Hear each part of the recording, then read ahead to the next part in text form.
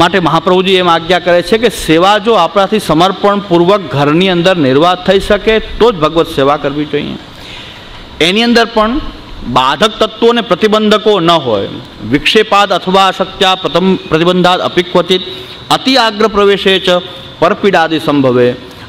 આ દોષો જો ભગવત સેવાની અંદર પ્રતિબંધક ન હોય અને ગુંજામાલા ભોગ અને જારીજી એવી સૂક્ષ્મ સેવા પણ જો નિર્વાહ થઈ શકે આપણાથી, બીજું કાંઈ નહીં, ધરાવવા માટે શૃંગારમાં એ ગુંજામાલા, જલ, ભોગ અને જે કાંઈ રસોઈ કરીએ છીએ આપણે ઠાકોરજીને સમર્પણ કરીએ, આવી સેવા પણ જો આપણાથી થઈ શકે. પણ એમાં 5 આ પ્રતિબંધકો વિક્ષેપાદ અથવા અશક્ત્યા પ્રતિબંધાદ અપી ક્વચિત અતિ આગ્રહ પ્રવેશે છે પરપીડાદિ સંભવે. અને આ 5 દોષો જે છે એમાં વિક્ષેપ, આપણે પોતાની સ્વતઃ ઈચ્છા સેવામાં જવાની ન થતી હોય, આપણે પોતે સેવા કરવા માટે તૈયાર નથી, અને જો આપણે બલાત સેવામાં જઈએ તો આપણને સેવાની અંદર આવવાથી આનંદ ન થાય, પણ આપણને વારંવાર વિક્ષેપ થતો હોય, આપણી ચિત્તવૃત્તિ હજી સેવા કરવા માટે તૈયાર થઈ નથી અને આપણે ઉતાવળે સેવામાં પ્રવેશ કરી દીધો, અને પછી આવું થાય કે સેવામાં જવું પડે ત્યારે જ કંઈક વિક્ષેપ ઉત્પન્ન થાય. તો વિક્ષેપાદ, સેવામાં જવાથી વિક્ષેપ થયા કરે ચિત્તવૃત્તિમાં, ગમે નહીં સેવામાં જવું, બલાત જવું પડતું એવું લાગે. ઘણા સેવા તો પધરાવી લે હોંશમાં, એટલે હોંશથી સેવા પધરાવે, બીજાની દેખાદેખીથી પધરાવે, એ બહુ લાંબુ ચાલતું નથી. આને ભાઈ સેવા પધરાવી લે, હું પધરાવું, ઓલા ભાઈ બહુ સેવા કરે એટલે હું એ સેવા કરું, યા અવસ્થા ધરાવ એટલે હું ધરાવું, દેખાદેખીપૂર્વક સેવાની અંદર પ્રવૃત્ત થયા હોય. પણ આ જે સંઘ છે દ્વારકા પહોંચતો નથી. આ સંઘ દ્વારકા નીકળી પડે સંઘ, પણ દ્વારકા સુધી પહોંચવું તો જઈએ. એ સંઘ પહોંચે નહીં પણ વિક્ષેપ ઉત્પન્ન કરે. સેવા જે છે, તમારી ચિત્તવૃત્તિ સેવા કરવા માટે તૈયાર નથી અને તમે સેવામાં પ્રવૃત્ત થાઓ તો વિક્ષેપ ઉત્પન્ન થાય. સેવાની અંદર જવાથી એ ક્લેશ ઉત્પન્ન થાય. તો વિક્ષેપાદ અથવા અશક્ત્યા, તમે પોતે કોઈ વૃદ્ધાવસ્થાને કારણે કે કોઈ બીમારીને કારણે તમે પોતે અશક્ત છો અને સેવા તમારે બીજા પાસે કરાવવી પડે, તમે પોતે ઊભા જ ન થઈ શકતા હો, સેવા બીજા પાસે કરાવવી પડે, તો આવી પરિસ્થિતિ હોય તો અશક્ત્યા. આવી પરિસ્થિતિ સેવા કરતાં કરતાં પણ આવી શકે. તો બહુ આવી અશક્તિ હોય ને હવે સુધારાની શક્યતા ન હોય તો વિક્ષેપાદ અથવા અશક્ત્યા. એક માજી અમારા ઘરના બ્રહ્મ સંબંધ લીધેલા હશે તો ઠાકોરજી પધરાવી ગયા કે ઓપરેશન કરાવવાનું છે, શરીરમાં નબળાઈ બહુ છે, તો આપને ઠાકોરજી પધરાવી દઈએ છીએ. શરીર સારું થશે, ઓપરેશન થઈ જાય, આંખનું બધું ઓપરેશન થઈ જાય અને ત્યારે ઠાકોરજી પધરાવી જશું. એટલે વસ્ત્ર સેવા એમની પર બિરાજતી હતી. પહેલાં તો સ્વરૂપ સેવા હતી, એ પછી ન બન્યું એટલે વસ્ત્રજીની સેવા એ કરતા હતા. એ પણ અમારે અહીંયા પધરાવ્યા કે થોડોક ટાઈમ માટે એ બિરાજે અને પછી ટેમ્પરરી એમ કે મરજાદ છોડી અને પછી પાછું બધું સરખું થઈ જાય પાછી આજ્ઞા લઈને પાછું પ્રવૃત્ત થવું. તો બહુ સારી વાત છે કે પાછી સેવા કરવાની ઈચ્છા છે તો આપણે પણ વાટ જોઈએ. તો એને ઠાકોરજી અમારે ત્યાં પધરાવેલા છે, હજી બિરાજે છે. ઓપરેશન થઈ ગયું, બધું થઈ ગયું. પછી મેં એમના ગામના વૈષ્ણવ આવ્યા ત્યારે એમણે કીધું કે માજી છે કે પહોંચી ગયા કે શું છે, 6-7 મહિના થઈ ગયા, પાછા આવ્યા નથી, દર્શન દીધા નથી, તો ભૂતલ ઉપર છે કે નહીં? કારણ કે એમ કહેતા હતા કે સેવા તો પધરાવી છે, સેવા વિના રહેવાય કેમ? તો સેવા તો કરવી જ જોઈએ. કે પાછા હવે તો પાછા કે સેવા શરીર સારું થાય, વૃદ્ધાવસ્થા છે છતાં પણ ઓપરેશન થઈ જાય, શરીર સારું થઈ જાય તો સેવાનો અવકાશ છે હજી, પણ અત્યારે અશક્તિ છે તો અત્યારે ઠાકોરજી પધરાવી દે. પણ પછી તો કે સ્વરૂપ પધરાવવું છે. અત્યારે તો વસ્ત્ર સેવા છે, પછી તો સારું થઈ જાય એટલે સ્વરૂપ પધરાવવું અને ગોરધનનાથજીના ચિત્રજીનું સ્વરૂપ પધરાવવું ને એની સેવા કરવી. બધા કૃપા કરવા તૈયાર છે પણ પધરાવવો તો થાય. એટલે આ બાલમંડળીના આટલા બધા ભગવત સ્વરૂપો છે. લાલન જોઈએ, ચિત્રજી જોઈએ, ગોરધનનાથજી જોઈએ, મદન મોહનજી જોઈએ, બધા બિરાજે છે, કૃપા કરવા તૈયાર છે. કોઈક પધરાવો એટલી વાર છે, એટલા કૃપાળુ ઠાકોરજી બિરાજે છે. તો જે પધરાવો આમાંથી પધરાવજો. પણ 6-7 મહિના કાંઈ સમાચાર ન આવ્યા એટલે મેં એને પાછું કેવડાવ્યું કે માજી છે કે નહીં, કે બહુ સારી તબિયત. અને હવે તો મરજાદ મૂક્યા પછી બહુ સારી તબિયત થઈ ગઈ. એટલે હવે તો વધારે એકદમ સારી છે, પહેલાં કરતાં સારું છે, શરીર સશક્ત થઈ ગયું, બહુ સરસ થઈ ગયું. પણ મેં કીધું એમને કહો કે ઠાકોરજીનું શું કરવાનું છે, કાયમી માટે અહીં પધરાવવાના છે કે પાછા પધરાવશે, હજી શું શક્યતા છે? તો એ હજી જવાબ એ પણ આવ્યો નથી કે શું કરવાનું, એમ આગળ પધરાવી ગયા પછી શું કરવાનું. એને એમ કે વલ્લભકુલને પાસે ઠાકોરજી આનંદમાં જ બિરાજતા હોય ને, એટલે તબિયતે સારી થઈ ગઈ, ઉલટાનું સારું છે એમ કીધું એ ભાઈએ તો, કે તૈયાર કોક દઈ જતું હશે, કારણ કે મરજાદી તો હાથે કરવું પડે એટલે અશક્તિમાં તકલીફ થાય, પણ તો કોક દઈ જતું હશે એટલે આનંદથી કે રહે છે અને બહુ સારું છે. તો આ વાત છે કે સેવા ક્યારેક વિક્ષેપરૂપ થતી હોય, કોઈને અશક્તિને કારણે કોઈ સેવા ન કરી શકતું હોય. હવે સેવામાં જો સ્વતઃ પ્રવૃત્તિ ન હોય તો વિક્ષેપવાળી સેવા હોય. તો વિક્ષેપાદ અથવા અશક્ત્યા પ્રતિબંધાદ અપી ક્વચિત, આપણે સેવા કરવાની અંદર બીજા કોઈ પ્રતિબંધક હોય કે જેમની સાથે આપણે રહેતા હોય એ સેવાને અનુકૂળ ન હોય અને કંઈક પ્રતિબંધ કરે, આપણે સેવા કરીએ એમાં એ રોકતા હોય, ઠાકોરજીનું અપમાન થાય, એવી પરિસ્થિતિ ઉત્પન્ન થાય કે ઠાકોરજીનું પણ અપમાન થઈ જાય, તો આવા પ્રતિબંધકો વચ્ચે સેવા ન કરવી જોઈએ. તો પ્રતિબંધાદ અપી ક્વચિત. અને બીજા બે વસ્તુ કે જે આપણી બુદ્ધિથી છોડવા જોઈએ, અતિ આગ્રહ પ્રવેશે ચ પરપીડાદિ સંભવે. આ બુદ્ધિથી આપણે છોડી દઈએ તો આ પ્રતિબંધ નિવૃત્ત થઈ જાય, પણ આપણે છોડી શકતા નથી. તો મહાપ્રભુજી કહે છે તમારા આવા આગ્રહ ન છોડતા હો તો સેવા છોડો, બેમાંથી એક કરો, ઠાકોરજીને મુક્ત કરો. હવે તમે જો પોતાના આગ્રહને હંમેશા પોષવા માંગતા હો તો પછી હવે ઠાકોરજીને હવે આમાંથી તમારામાંથી ઠાકોરજીને મુક્તિ આપો, એ પણ બંધાઈ ગયો તમારી સાથે. અને પ્રેમ છે તો એ બંધાણો છે, પણ હવે તમારો સ્નેહ નથી, કેવલ આગ્રહ છે, તો હવે એને મુક્ત કરી દો, તમે ઠાકોરજી સાથે રહેવા યોગ્ય નથી. આ બે વસ્તુ એવી છે, અતિ આગ્રહ પ્રવેશે છે. તમારી અંદર સેવાનો કંઈક એવો આગ્રહ ઉત્પન્ન થઈ જાય, ઠાકોરજીને છોડીને કંઈક આગ્રહ ઉત્પન્ન થઈ જાય. આગ્રહ અનેક પ્રકારના હોય, વસ્ત્ર શૃંગારના હોય, સામગ્રીના હોય, કે આવવી જ જોઈએ, પુસ્તકમાં જે રીત લખી છે એ પ્રમાણે થવું જોઈએ, એવા ઘણા બધા આગ્રહો આપણી અંદર ઘર કરી જાય. એના કારણે ભગવત સેવાની અંદર ક્લેશ ઉત્પન્ન થાય. અતિ આગ્રહ પ્રવેશે, આગ્રહ હોય સારી વાત છે, પણ અતિ થઈ જાય, કોઈના પ્રશ્નો આચાર વિચારનો અતિ આગ્રહ થઈ જાય અને પરપીડાદિ સંભવે, તમારી સેવા બીજાને પીડા આપવા માંડે. તમે સેવા કરો અને આખું ઘર હેરાન થાય એવી સેવા તમે કરો કે બીજાને તમે પીડા આપવા માંડો.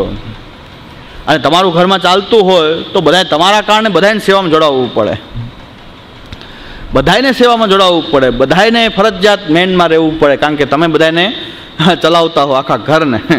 તો પીડા આપવા માંડો, બીજાને પીડા થતી હોય, બોલતા ભલે ન હોય પણ તમારા કારણે એ બીજાને પીડા થવા માંડે. એવો પ્રકારનો તમારો આગ્રહ ઉત્પન્ન થઈ જાય કે હવે તમારી સેવા બધાને આનંદ આપવાની બદલે બીજાને પીડારૂપ થઈ જાય. તમે એવી સેવા કરવા માંડો, તમને એમ લાગવા માટે કે હું એવો સેવક છું, એવો ભગવાનનો સેવા કરવાવાળો છું, બીજાને પીડા આપે. તો પરપીડાદિ સંભવે, આપણી સેવાને કારણે અન્યને પણ પીડા ન થવી જોઈએ. તો પરપીડાદિ સંભવે, આ 5 દોષ જો સેવામાં આવતા હોય તો આપણે સેવા ન કરવી જોઈએ. પણ સેવા ન કરવી એટલે શું? પુષ્ટિ ફલથી વંચિત રહેવું, પુષ્ટિ માર્ગી ન રહેવું.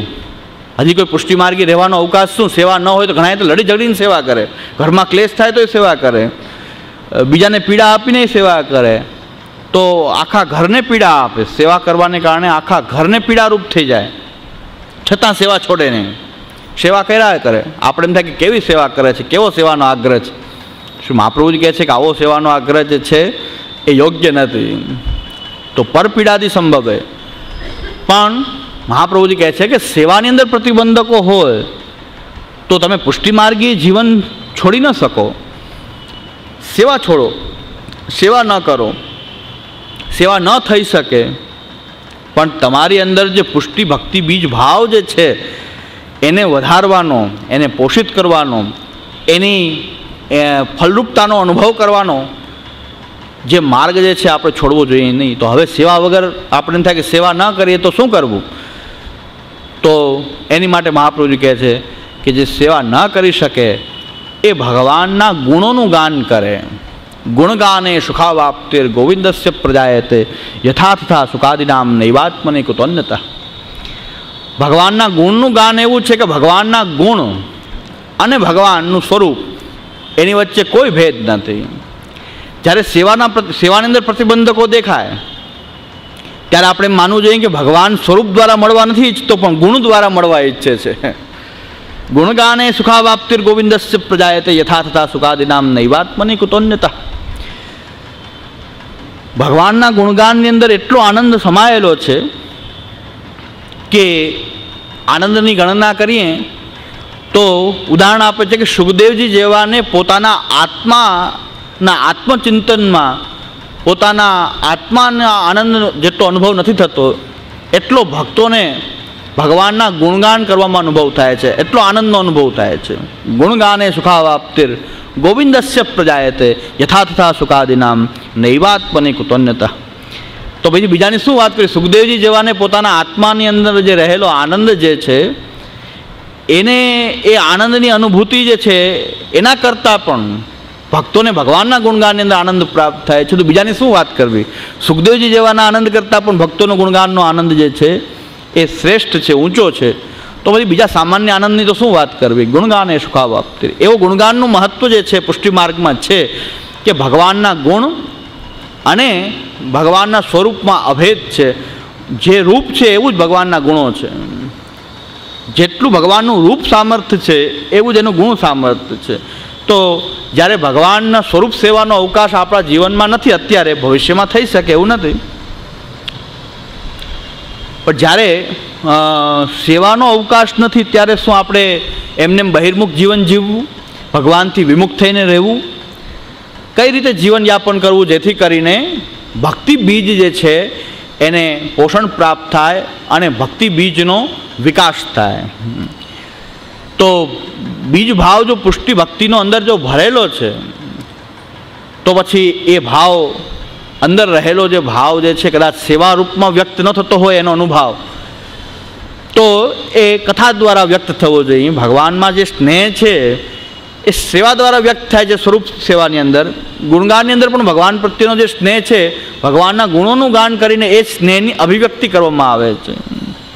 તો સેવા અને કથા બંને તો ઉત્તમ, પણ હવે સેવા અને કથા બંને ન નભે તો સેવા અથવા કથા પણ એક કલ્પ છે. ઘણાને કેવલ સેવા જ નભે છે, કથા નથી નભતી, અને ઘણાને એવો અવકાશ છે કે સેવાનો અવકાશ જ નથી, કેવલ કથા જ નભે છે. પણ આ બધા ઉપાયો દ્વારા મહાપ્રભુજી આજ્ઞા કરે છે કે જ્યારે સ્વરૂપ સેવાનો અવકાશ નથી તો ભગવાનના નામ, ગુણ, સ્વરૂપ, લીલાનું ચિંતન, શ્રવણ, કીર્તન, સ્મરણ કરવું જોઈએ, અને એના દ્વારા પણ ભક્તિ બીજની દૃઢતા થઈ શકે છે. તો જો ગુણગાનના પ્રકારને આપણે સમજ્યા હોઈએ એ પ્રકારે આપણે ભગવદ્ ગુણગાનને પણ એક સ્વરૂપ સેવાની જેમ જ એ ગુણનું કે નામનું સેવન જો આપણે યથાર્થ રૂપમાં સમજીને કરીએ તો મિશ્રી ભોગ, અંશકડી ભોગ, દૂધઘર ભોગ એવા કોઈ પણ ભોગ ધરવાની આવશ્યકતા નથી. છતાં પણ તમારી ભક્તિ એ સર્વાત્મ ભાવની અંદર ખીલી શકે છે. એવું કે ન ખીલી શકે એવું નથી, ખીલી શકે છે. એક ઉદાહરણના રૂપમાં જોઈએ કે અહીંથી જવાના કોઈ સ્થાન ઉપર આપણે જવું છે તો અનેક માર્ગથી જઈ શકાય. કદાચ એક જ માર્ગ હોય છતાં પણ અલગ અલગ માધ્યમોનો ઉપયોગ કરી શકાય. જેમ કે મોટરસાઇકલ, કોઈ ચાલીને નીકળી જાય, કોઈ મોટરસાઇકલ પર જાય, કોઈ ફોર વ્હીલ લઈને જાય, કોઈ હેલિકોપ્ટર લઈને જાય.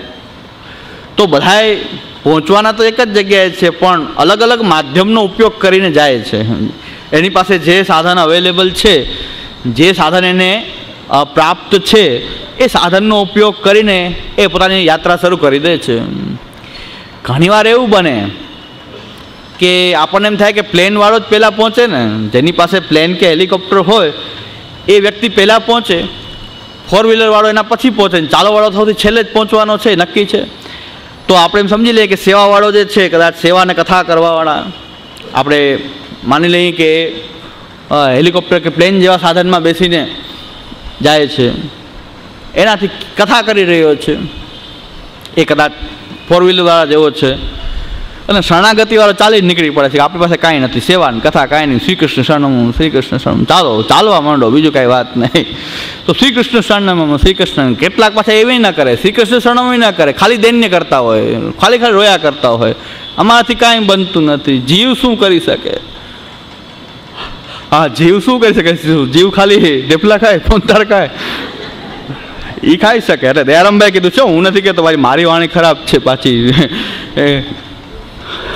દયારામભાઈ કે જમતો ન હોય તો નબળો કહું તને, જોઈએ બસેરનું ભાણું. હા, પાત્રમાં ધરવાળો થાકી જાય તો થાકતો નથી, અને કંઈક જરાક શ્રી કૃષ્ણ શરણમાં તો કરો, જીવથી ક્યાંથી થાય? દયારામભાઈ કહે છે, કૃષ્ણ કહેતા શું બેસે નાણું, મૂર્ખ તને કૃષ્ણ કહેતા શું બેસે નાણું. જમતો ન હોય તો નબળો કહું તને, કંઈ નબળાય છે ભાઈ, જમતો નથી. પણ જોઈએ બસેરનું ભાણું, પાતર જોવો તો ખબર પડે. તો પાતર સાજીને એને ધરાતી હોય ત્યારે ખબર પડે. જોઈએ બસેરનું ભાણું, મૂર્ખ તને કૃષ્ણ કહેતા શું બેસે નાણું. આ દયારામભાઈ કહે છે, હવે કહે છે કે ભક્તોની વાણી ખરાબ ન હોવી જોઈએ એમ. તો હવે એ દયારામભાઈ જાણે કે એટલે મારી વાણીનો બહુ ઓછો ઉપયોગ કરવાની વારંવાર કોશિશ કરું છું. અમુક પ્રિય પાત્રો જે છે એનો ઉલ્લેખ કરવાનો એટલે ટાળું છું. અમુક પ્રિય વસ્તુઓ છે મોહનથાળ આદિ, એનો ઉલ્લેખ કરવાનો ટાળું છું. પણ તોય સમજી સમજીને ફૂંકી ફૂંકીને આપણે કદમ રાખીએ છીએ. પણ બને એટલું ભક્તોની વાણીનો ઉપયોગ કરવો, મહાપ્રભુજીનો, શ્રી ગુસાઈજીનો, હરિરાયજીનો. હવે મારે જે કહેવું છે બધું એ મારી ભાષામાં ન કહેવું, પણ આચાર્યચરણોની ભક્તોની વાણીમાં કહેવું એવો પ્રયાસ કરું છું કે આપણી વાણી ઓછી વપરાય અને આ વાણી વધુ સંભળાવવામાં આવે. એટલે જ મારે જેટલું બધું કહેવું છે હરિરાયજી બધું, મને એમ થયું આ ગ્રંથ જોયો દુસંગ વિજ્ઞાન નિરૂપણ, તો મને એમ થયું કે મારે જે કંઈ કહેવું છે એ હરિરાયજી બધું કહી રહ્યા છે, પછી મારે શું કામ કહેવાની જરૂર છે? ખાલી ભાષાંતર કરો ને, ખાલી ભાષાંતર કર્યા કરો, બધું આવી જશે, ચિંતા કરવાની જરૂર નથી. તો દયારામભાઈની વાણી કહું છું કે હું એમ કહું છું કે ભાઈ પાતર જીવ ઘણા લોકો ચાલે નહીં, શ્રી કૃષ્ણ શરણમાં પણ ન કરે અને પાછા દૈન્ય ખાલી પ્રકટ કર્યા કરે. કે આ દૈન્ય પણ કેવું હોય, એ પોતાની અંદર રહેલી જે પુષ્ટિમાર્ગીય સાધનોમાં એ પ્રવૃત્ત ન થવા રૂપ અંદર કંઈક ચોર બેઠો છે એને અભિવ્યક્તિ આ ખોટું દૈન્ય બતાવતા હોય. નમન નમન મેં ફેરે બહુ નમે ના દાન, દંડવત તો એવા કરે સાષ્ટાંગ કરે, પણ બહુ ચેતવા જેવું હોય. બહુ દંડવત કરે, એકાદ બે કરે તો વાંધો નહીં, પણ બહુ કરતો હોય તો ચેતવા જેવું હોય કે બહુ દંડવત કરે તો કાંઈક આમાં કાંઈક ખામી છે. એટલે નમન નમન મેં ફેર હે બહુ નમે નાદાન, એવી રીતે ઘણા ખાલી દૈન્ય બતાવે કે હમણાં કે ભાઈ કાંઈ ન થતું હોય, કથા નથી થતી, સેવા નથી થતી, કાંઈ વાંધો નહીં, શ્રી કૃષ્ણ શરણામું, શ્રી કૃષ્ણ શરણામું બોલો, એટલું તો થાય કે ન થાય, એમાં તો કાંઈ કોઈ ખર્ચ નહીં, કાંઈ નહીં, શ્રી કૃષ્ણનો. તો એમ કે જીવથી ક્યાંથી થાય? તો જીવથી થાય શું? એ સવાલ છે કે જીવ શું થાય? આટલા રાસ લ્યો છો, આટલા ઠેકડા મારો છો, આટલી દાઢી લીલા કરો છો, બુંગણ પકડી પકડીને આખી આખી રાત સાધના કરો છો, કે દાઢી લીલાવાળો નાચતો હોય અને બુંગણ ચારે બાજુથી એમાં પોતાનું સૌભાગ્યનો અનુભવ કરતા હોય, આખી રાત બુંગણ પકડી પકડીને આખી રાત. તો આટલી સાધના તો કરો છો, તોય પાસે કહો છો કે જીવથી શું થાય? આટલો પરિશ્રમ શ્રી કૃષ્ણ શરણમ બોલવામાં નથી. જેટલો પરિશ્રમ આ બધી વસ્તુમાં, નાચવામાં, રાસ લેવો કે સહેલી વાત છે? રાસની અંદર રાસ લેવા, ગરબા લેવા, એ નાચવું, દાઢી લીલાઓ કરવી, દાઢી લીલા કરવાવાળો તો કરે, પણ એની સાથે જાગવું એ કંઈ ઓછી સાધના નથી. ખાલી રાતના જાગવું એ કંઈ ઓછી સાધના નથી, પણ આખી રાત બુંગણ પકડી લે, ઘૂઘરા વેરાઈ ગયા હોય કંઈક લઈને ભેગા કરી લે, ઘૂઘરા બાંધી દે અને કરવા જેવું સમેટેલું રાખે ને ઓલા જલ લેવડાવ્યા કરે, ઓલું થાકે એટલે જલ લેવડાવે. તો આટલી બધી પરિશ્રમ તો કરી શકીએ છીએ આપણે, પણ આપણે કંઈક ભાઈ શ્રી કૃષ્ણ શરણમમાં કરો તો એ ન થઈ શકે. જીવથી શું થાય? હવે જીવ કેટલું બધું તો કરી શકે છે, પણ કરવાનું છે ત્યારે આપણે કહીએ છીએ કાંઈ ન થાય. તો એક વાત છે કે કોઈની પાસે ઊંચું સાધન છે તો વહેલા પહોંચી જાય, એ સામાન્ય રીતે બને, પણ ક્યારેક એવું બને કે કથાવાળો કથા કરે, સેવાવાળો સેવા કરે, ઊંચા સાધનમાં છે, પણ એની કથાની સાધના જો યોગ્ય રૂપમાં ન થાય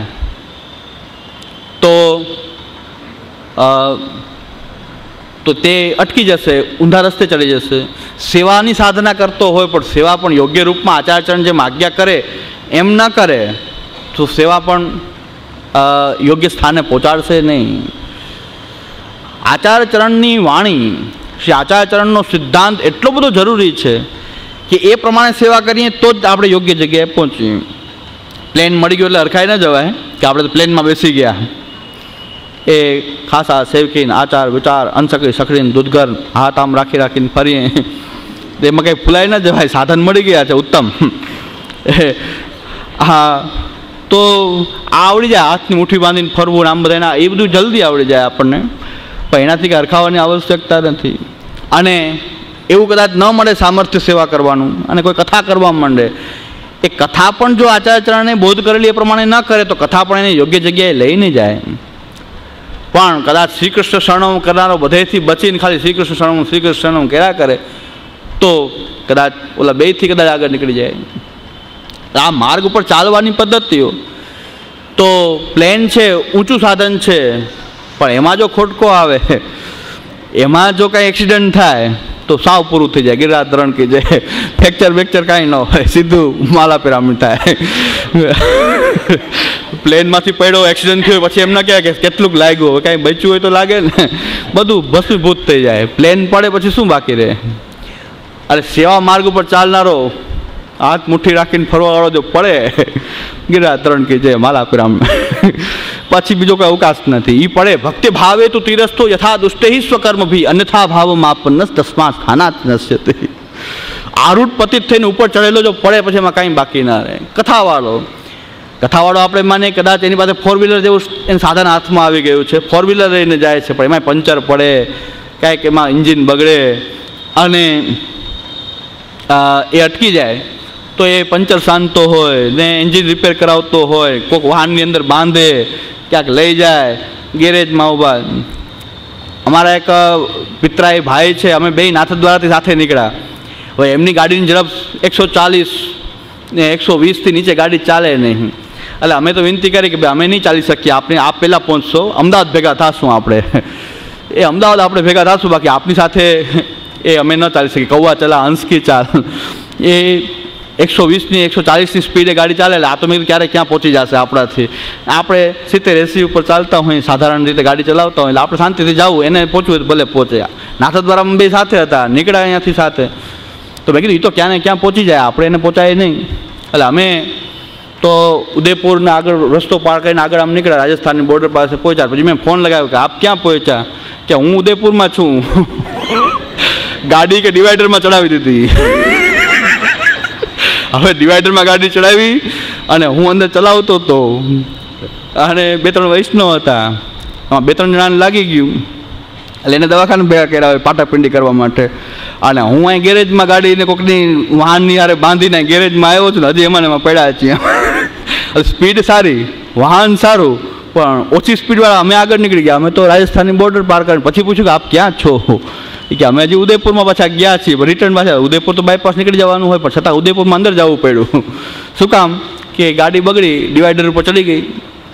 પછી માંડ કાઢી અને લઈ ગયા એને રિપેરિંગ કરાવવા. કેટલો ટાઈમ લાગે કેમ ખબર પડે? બોડી સરખું થાય, એન્જિનમાં શું વાંધો આવ્યો, જે કાંઈ થયો એ બધું સરખું થશે પછી નીકળાશે. તો આવું બને કે સાધન ઊંચું હોય એનાથી હરખાઈ ન જવાય, પણ એમાં જો ખોટકો આવે તો મોટો આવે. એને રિપેર કરવો આકરો થઈ જાય. ઘણીવાર રિપેર કરવો આકરો થાય કે એને રિપેર કેમ કરવું જ્યારે કહું, કારણ કે વધારે પડતો ફોલ્ટ ઉત્પન્ન થાય. પણ ઓલા ચાલવાવાળો ચાલી જ નીકળ્યો કે આપણી પાસે નથી કોઈ દિવસ ગાડીનો વેત આવવાનો, નથી આપણી પાસે કોઈ દિવસ પ્લેન જેવું સાધનની કંઈ ચર્ચા કરવાનો સમય કે આપણી પાસે. આપણે ચાલવા માંડો, શ્રી કૃષ્ણ શરણમ ચાલવા માંડે એ કદાચ આગળ નીકળી જાય. બે કદાચ આગળ, કારણ કે બે એક્સિડન્ટમાં પડ્યા હોય, ઓલો આગળ નીકળી જાય શ્રી કૃષ્ણ શરણમ. તો સાધનમાંથી એમાં કોઈ ઊંચું કોઈ નીચું, સેવા કરનારો ઊંચો, કથા કરનારો નીચો, શરણાગતિવાળો એનાથી નીચો, આવા સ્ટેપ આપણે પાડી શકીએ નહીં. પહોંચવાનું છે એક જગ્યાએ. આ બધા માર્ગો જેની પાસે જે સાધન ઉપલબ્ધ છે, મહાપ્રભુજી કહે છે બસ ચાલવા માંડો. ભક્તિ માર્ગ છે, ચાલવા માંડો. ચાલશો એટલે ક્યાંક તો પહોંચશો. તો સેવાની જે સાધના જે છે, ભલે આપણે લાગે પ્લેન જેવી સાધના છે, ભગવાન સાક્ષાત પ્રકટ થઈને આપણી સેવા અંગીકાર કરે, પુરુષોત્તમ સાક્ષાત પ્રકટ થઈ જાય અને પછી ફલ